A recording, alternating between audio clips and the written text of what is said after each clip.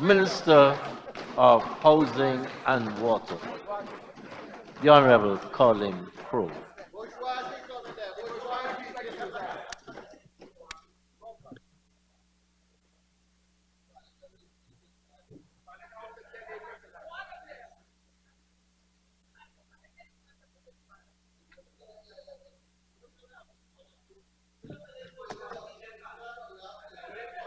Thank you very much, Mr. Speaker.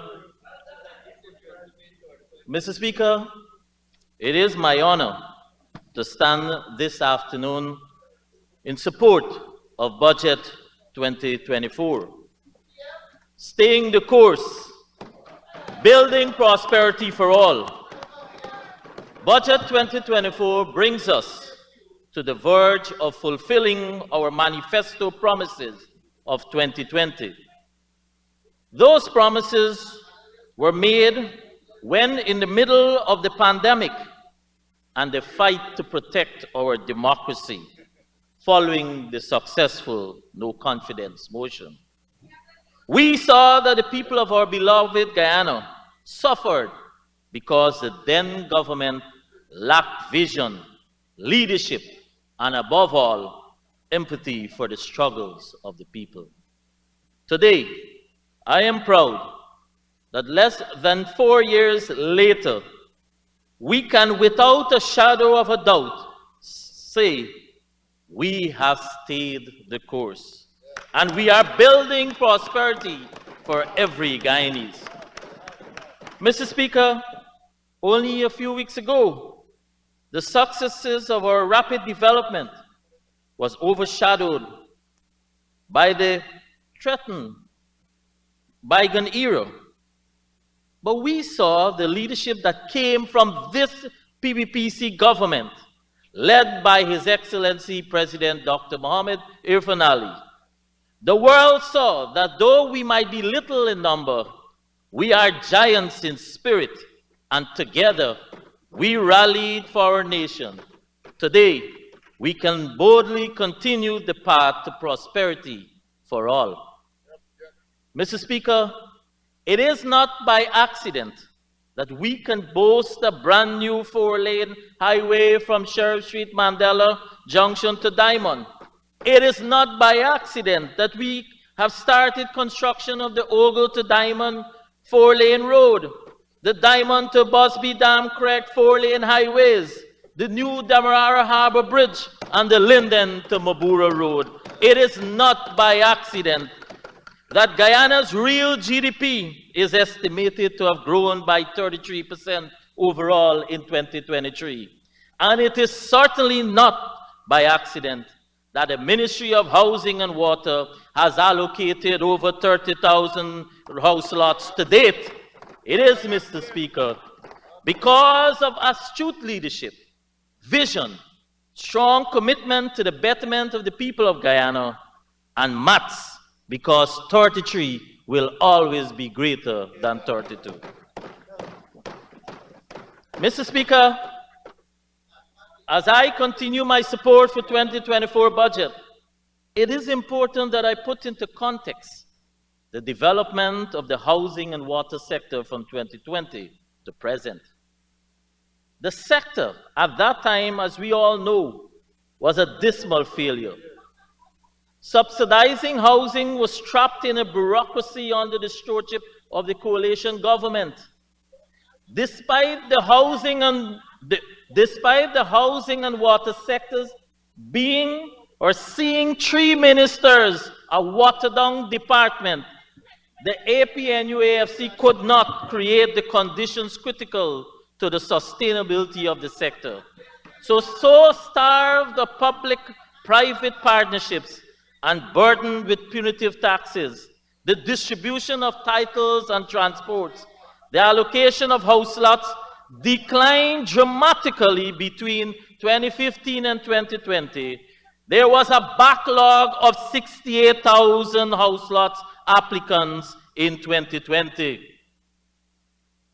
Mr. Speaker, the water sector did not fare better. 70% of the water produced during the 2015 to the 2020 period was wasted, and despite its bloated employment, there was no notable improvement in the delivery of water by GWI, nor was there any significant increase in access to water, especially in the hinterland areas.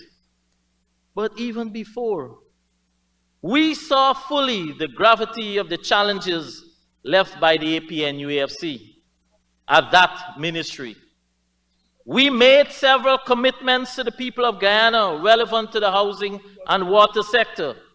Chief among them was the reversal of VAT on building materials, our commitment to allocating $50,000 in 5 years, the reduction in the processing time for applicants, the construction of more main and access roads, build a bypass road with connections to Mocha, Eccles, invest in support in infrastructure, in new and existing housing schemes, provide affordable housing financing for home ownership through increased access to loans, promote home ownership among youths and young professionals, facilitate partnerships with the private sector, reinstate water subsidies for pensioners, expand treated water to more areas and the entire coastline, upgrade the transmission and distribution of water in urban, rural, and hinterland areas, and enhance and expand the hinterland housing program, among others. Mr. Speaker, as I stand before the Honorable House today, I am pleased to say that we have already achieved more than 70% of these goals. We committed to 10,000 lots per year. We have, as I said, over 30,000.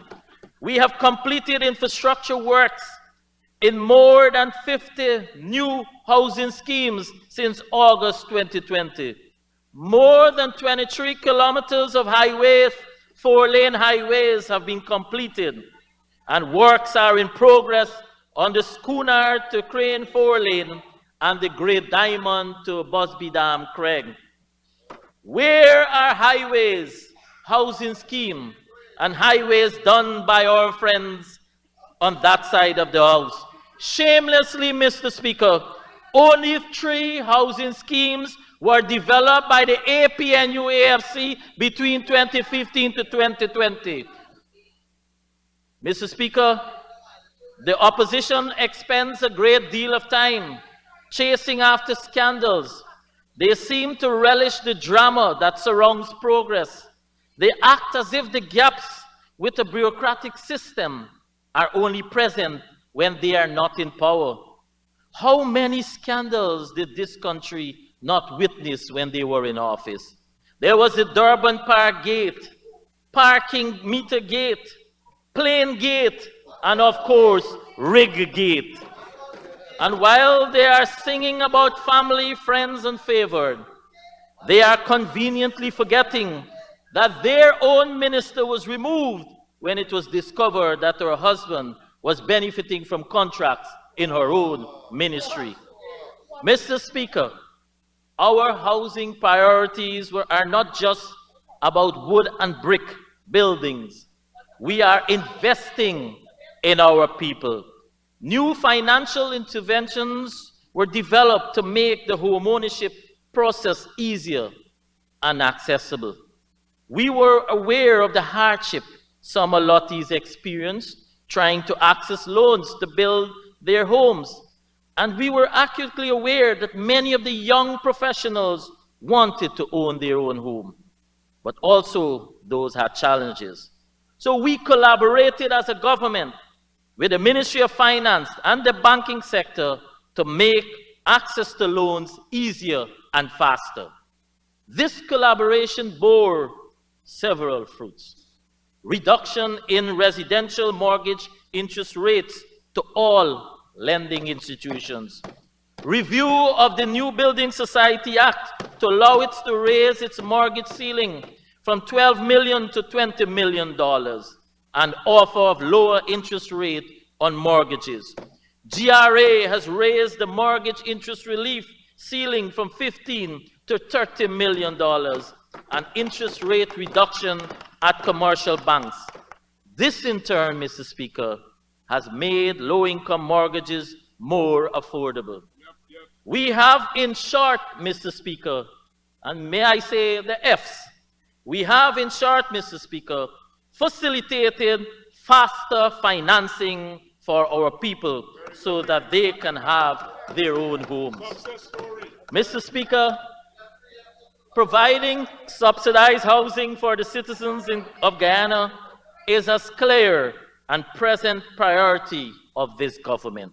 It is the mandate that guides the Ministry of Housing and Water, as was obtained since the formation of the CHPA, Central Housing and Planning Authority, in 1948. The primary objective has been to provide lands to eligible Guyanese for residential purposes.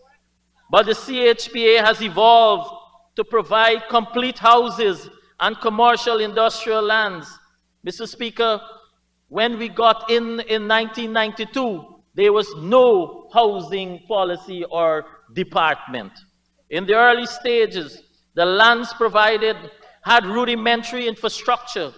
That is, a basic road that was mostly bricks. Utilities had to be accessed from the individual companies by the landowner. There was no cohesive approach to developing the housing sector. Since 1992, we began to modify and improve the housing program of 1948. Today, we are establishing well-developed housing schemes that include roads, bridges, drainage, electricity, and access to potable water. Mr. Speaker, the opposition harps about preferential systems that exist as regards to allocations, but they know that house lot allocation, while not an exact and perfect science, it is based on a few things: availability of land, development of the land, and of course, an application. The categories of lots range from low, moderate, middle, and high income, and these are allocated based on the applicant's income and some other factors that are taken into consideration. The same applies, Mr. Speaker, to the houses. In some cases, applicants themselves have requested a change in the category assigned because their financial circumstances may have changed, and those requests were considered and facilitated as far as possible. Mr. Speaker, I want to share with this House the most recent cost for house lots according to their categories. So, for example, from 2015 to present, low-income lots ranged from $92,000 to $150,000. Moderate income house lots from $300,000 to $700,000. Middle income from $800,000 to $2 million. High income lots from $2 million to $6 million. And for example, for houses, the low income 2-bedroom flats range from $3 million to $5.5 million. Moderate income from $7.5 million to $9.5 million. And the young professional houses, $15 million to $20 million. Mr. Speaker, each category is further broken down by region. So the cost of a low-income house lot on the east bank of Demerara is more than one that you may find in Region 10. Similarly, a low-income 2-bedroom flat you can find in Region 6 will be $5.5 million, but one in Letem is being done at $3 million. The differences are not because of some arbitrary or manipulated system, as the opposition likes to tout. The prices of lots are determined based on the infrastructure, the land size, and market prices. But it's important to remember, Mr. Speaker, that these costs are also heavily subsidized by the government, as was just outlined by my colleague minister.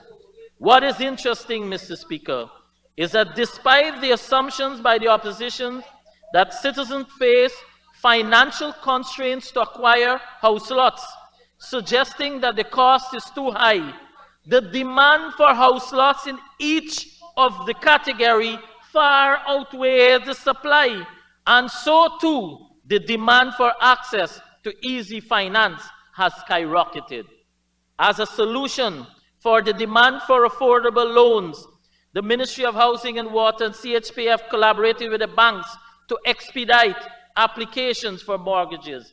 And President Dr. Mohamed Irfan Ali has engaged the banks to lower their interest rates.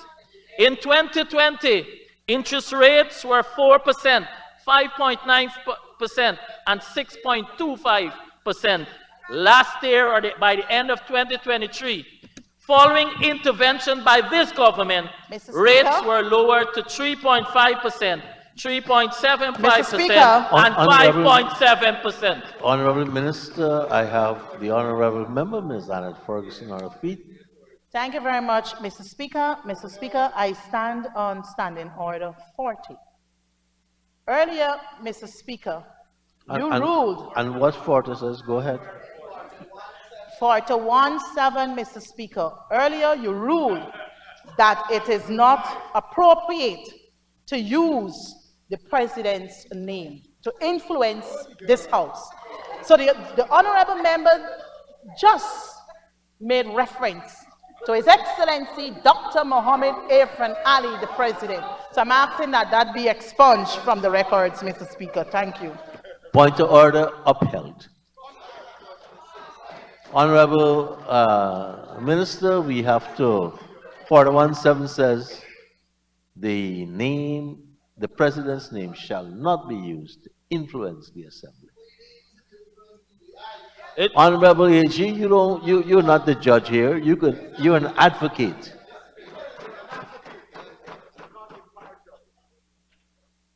May I resume? Thank you.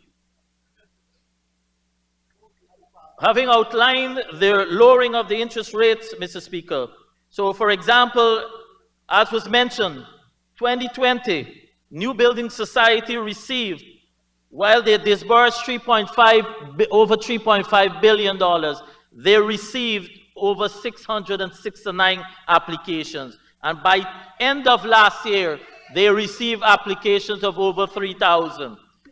This is the power of the PPP government, Mr. Speaker. We care about the people, and we have considered the constraints that they might face. We didn't bring a motion to Parliament or ask for a select committee. We knew what we had to do. The banks are now lending as much as 100% of the cost to build a house, and the applicants can use their lot as equity. In 2020 and prior, Mr. Speaker, applicants had to have both cash and land to be considered for a loan. That has changed. Our government has made this happen. The investments that this government has made in the housing sector is worth it, and no amount of nitpicking by the opposition will stop us from realizing the goals of 50,000 allocations by 2025. Mr. Speaker, there is unprecedented growth in the housing sector since our return to office. The sector is energized, stakeholders are motivated, and the banks are committed to the support of a more flexible approach to the loan process. But we are not only focused on allottees, we are also ensuring that allottees can maximize their investment. In this regard, we have distributed close to 7,000 land titles and transports.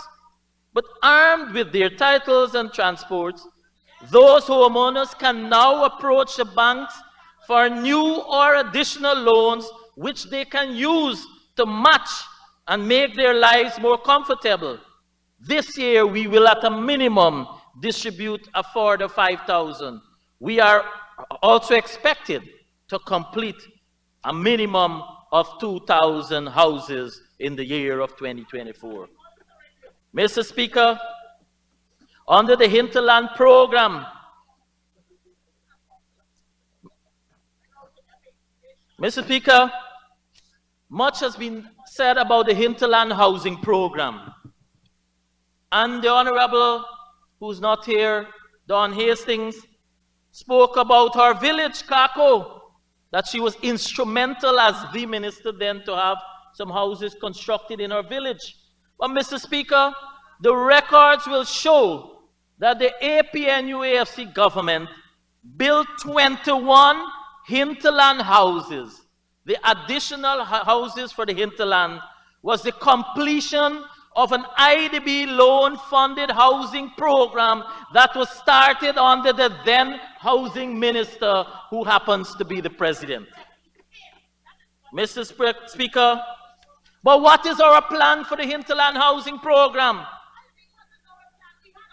We have already started for the construction of over 450 hinterland houses, Mr. Speaker.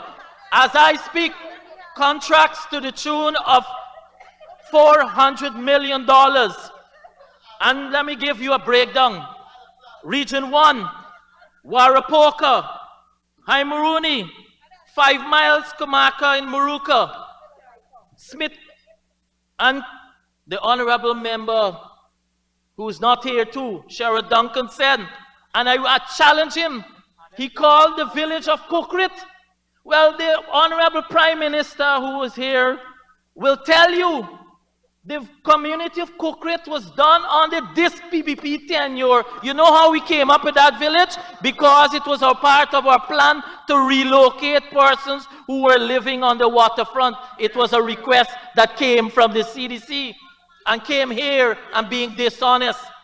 The villages of Smith Creek, Arukamai, Inbetero, Savannah, Blackwater, Canal Bank, Port Kaituma, Arkaka, Barmita can speak about it for the intention to have hinterland housings.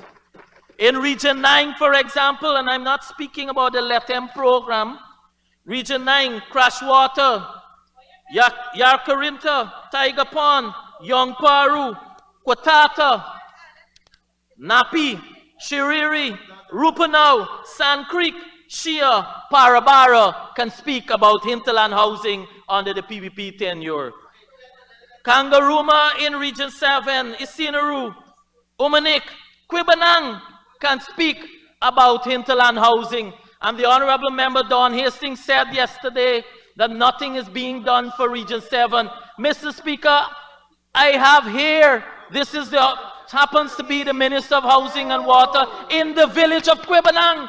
And the headline says, 40 million housing program announced for the Quibanang village. And the Honorable Member said nothing for Region 7. And may I continue to give some more areas for hinterland? Kaibarupai, Tusaning, Karsparu, Marwau, Campbelltown. Those are areas that can speak towards our hinterland program.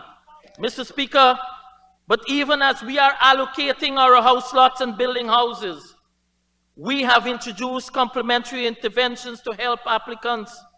The Core Home Support Program in Sophia that saw construction of roads and school houses, as well as Parfait Harmony. These houses will go to the very poor and vulnerable. Mr. Speaker, our 2020 to 2025 manifesto sets out in no uncertain terms that one of our primary goals in these 5 years is the modernization of Guyana, especially in terms of its physical infrastructure and transport system. Investments in these areas will help to ease the traffic congestion on the main thoroughfares, as well as establish more social service facilities like hospitals, etc. I am very proud that within this very short period, we have accomplished so many highways. Investments like these do not happen in a vacuum. We have to identify and clear the paths and design developments, such as for commercial and residential housing around them. Like other big, bold investments, these are challenges. One of those is the matter of squatting. The Ministry of Housing has sought to ensure that wherever there are irregular settlements, particularly those in the path of roads or housing areas, that we pursue amicable solutions. Our approach is not piecemeal. We have devised a workable strategy to make the regularization of squatter settlements less combative. And may I use this opportunity to respond to two accusations. Let me start with what is referred to as the Mocker Squatters Alignment.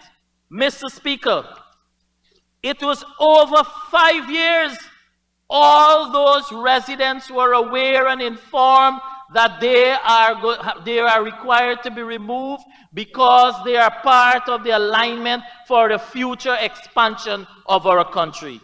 Mr. Speaker, they were all engaged. They were offered compensatory package. They were given land free of cost by the state in return. Their titles were processed free of cost to all of them.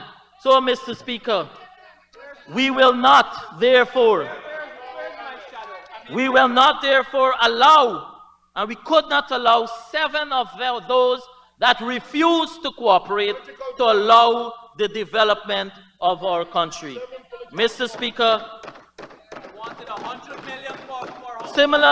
let me make a similar update has been touted for in Hillfoot. Mr. Speaker, I'm not sure if this is a parliamentary language, but it is dishonest in this house. No, that's the second time you're using dishonest. Okay, but it's so not. Okay. it is not being truthful for members of the opposition to come to this house and lay at the feet of this government the removal of the squatters at Hillfoot. The land at Hillfoot is private ownership. That owner went to court and got a court ruling to remove the squatters on their land. It is this PPPC government that engaged those squatters and offered them an alternative location right in Swan. In collaboration with the Guyana Lands Survey Commission, Mr. Speaker, we have made land available for those squatters, but that matter was purely a private matter that had nothing to do with government. Mr. Speaker, the establishment of the highways have created thousands of jobs for unskilled, semi-skilled, and skilled laborers. It has reduced traffic congestion on the East Bank Highway. It has improved roadway access for all existing and future communities along the East Bank Demerara corridor. And it has improved accessibility for Guyanese seeking to establish housing and businesses in new lands owned for residential, commercial, and industrial development adjacent to the highway route.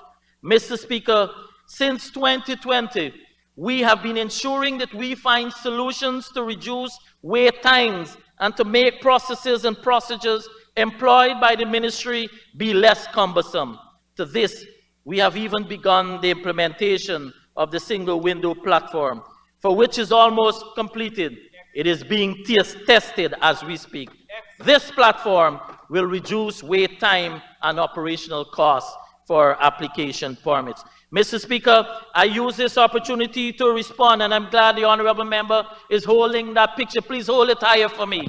As I speak, Mr. Speaker, there are 30 persons who have pre-qualified, and on Monday, they will be seeing their new house to occupy them by the bank. Mr. Speaker, those are 2-bedroom houses that we have so much of demand for that we can't even respond to be able to all the applicants. Mr. Speaker, the honorable member speaks about LBI, the Honorable Ferguson. LBI will be an area or a location that will be an envy of many communities. You drive in the front, you have allocation for high-income house lots.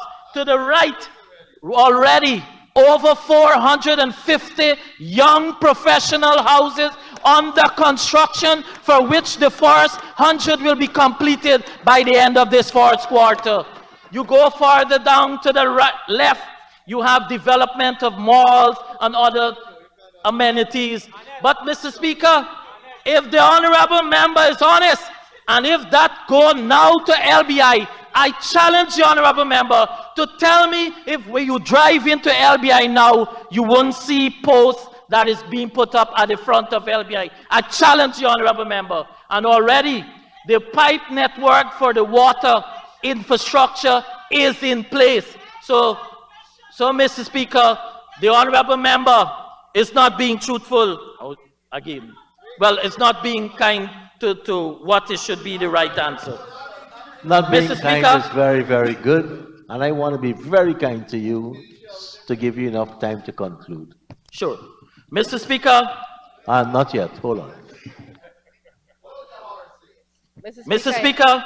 Hold again. Speaker, I know my friend and colleague is eager to carry on and very enthusiastic, and we would love for him to carry on. So I'll respectfully ask that he has time to conclude his presentation. Honorable member, you have 5 minutes starting now to conclude. Mr. Speaker, so when the honorable member comes and talk about housing sector, she must remind there whereby they only allocated 7,534, for which we had to put the infrastructure work in place to complete for those allocations done. Mr. Speaker, when the honorable member comes and talk about housing, they must come and tell this House that they left a backlog of 68,000 pending applicants, and although we have allocated 30,000 already in the system, we have 13,000 new applicants within this last 3 years. When the honorable member must come and speak on the housing sector, you must come and tell this House that we have allocated over 53% to the young people of this country. You must come and tell this House that over 45% are females who are interested in their own development. You must come and tell this House that for the low-income houses that we have constructed to date, over 43.3% are low-income houses. Over 29.2% are moderate-income houses. Over 20% are middle-income houses. So the point to note, Mr. Speaker, is that we are responding to the majority of the pending applicants. Mr. Speaker, I want to quote here, and there's always the talk about to make when you regularize or have to deal with squatting as we're doing something inhumane. It is a particular former minister on that side of the House that said on June 24th, and I have it here, in 2017 in Stabroek News, the squatting is illegal and outside of government's policy, stating that we will never encourage illegal activities. We are not going to continue to encourage. So we have to bring order. As a minister responsible for housing, I cannot continue to have or allow that kind of situation to continue in our garden city, for example. We have to bring order. We have to clean it. We have to really make our city look great. We are happy, but I want to appeal to the people of Guyana. Stop this madness related to squatting. Stop taking advice from rebellious leaders who just want to have conflict and telling people to go and take the land and squat. You are not going to get life easy, because we cannot regularize if you are on the reserve, and if people just go and take a plot and gone crazy and squatting, then we are ready to do the survey. You'll find a house in the path. Mr. Speaker, it is a former minister of the APNU, AFC government that spoke those words about squatting. But they don't come here and talk about the honorable member Ferreguero. He's gone? Talking about Region 10. Mr. Speaker, this is a picture from yesterday. Amelia's ward, where the leadership of Linden encouraged persons to squat in Amelia's ward. This PPPC government will fix it before the year is out.